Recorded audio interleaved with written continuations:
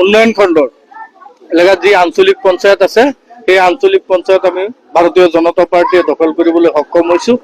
আমাৰ ভাৰতীয় জনতা পাৰ্টিৰ পৰা আমাৰ 4জন আঞ্চলিক সদস্য আছিলে, কিন্তু বাকী সদস্যসকলে আমাৰ বিধায়ক মাননীয় ডিব্ৰুৰঞ্জন শৰ্মাদেৱৰ কাম কাজৰ প্ৰতি সন্তুষ্ট হৈ, মাননীয় হিমন্ত বিশ্ব শৰ্মাদেৱৰ কাম কাজৰ প্ৰতি সন্তুষ্ট হৈ সবকা সাথ সবকা বিকাশ নীতিৰ তেওঁলোকে হৰুগত কৰি আজি আমাৰ দলত সহযোগ কৰিছে, আমাক সমৰ্থন কৰিছে আৰু আমাৰ সমৰ্থন কৰাৰ কাৰণে শিঙিমাৰী আঞ্চলিক পঞ্চায়ত আজি আমি ভাৰতীয় জনতা পাৰ্টিয়ে দখল কৰিবলৈ সক্ষম হৈছো।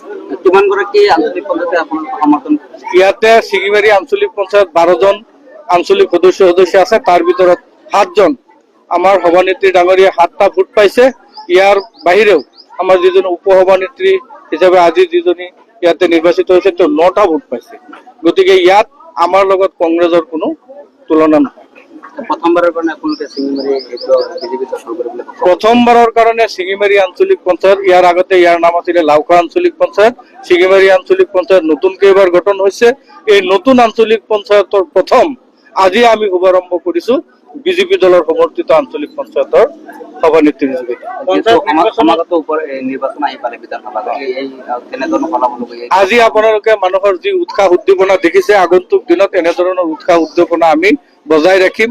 আমি ৰাইজৰ ওচৰত যাম, আমাৰ প্ৰতিনিধিসকলক লৈ আমি ডোৰ টু ডোৰ, পিপুল টু পিপুল আমি সংযোগ কৰিবলৈ চেষ্টা কৰিম আৰু ৰাইজক আমাৰ দলৰ নীতি আদৰ্শৰ প্ৰতি আকৃষ্ট কৰিবলৈ আমি চেষ্টা কৰিম।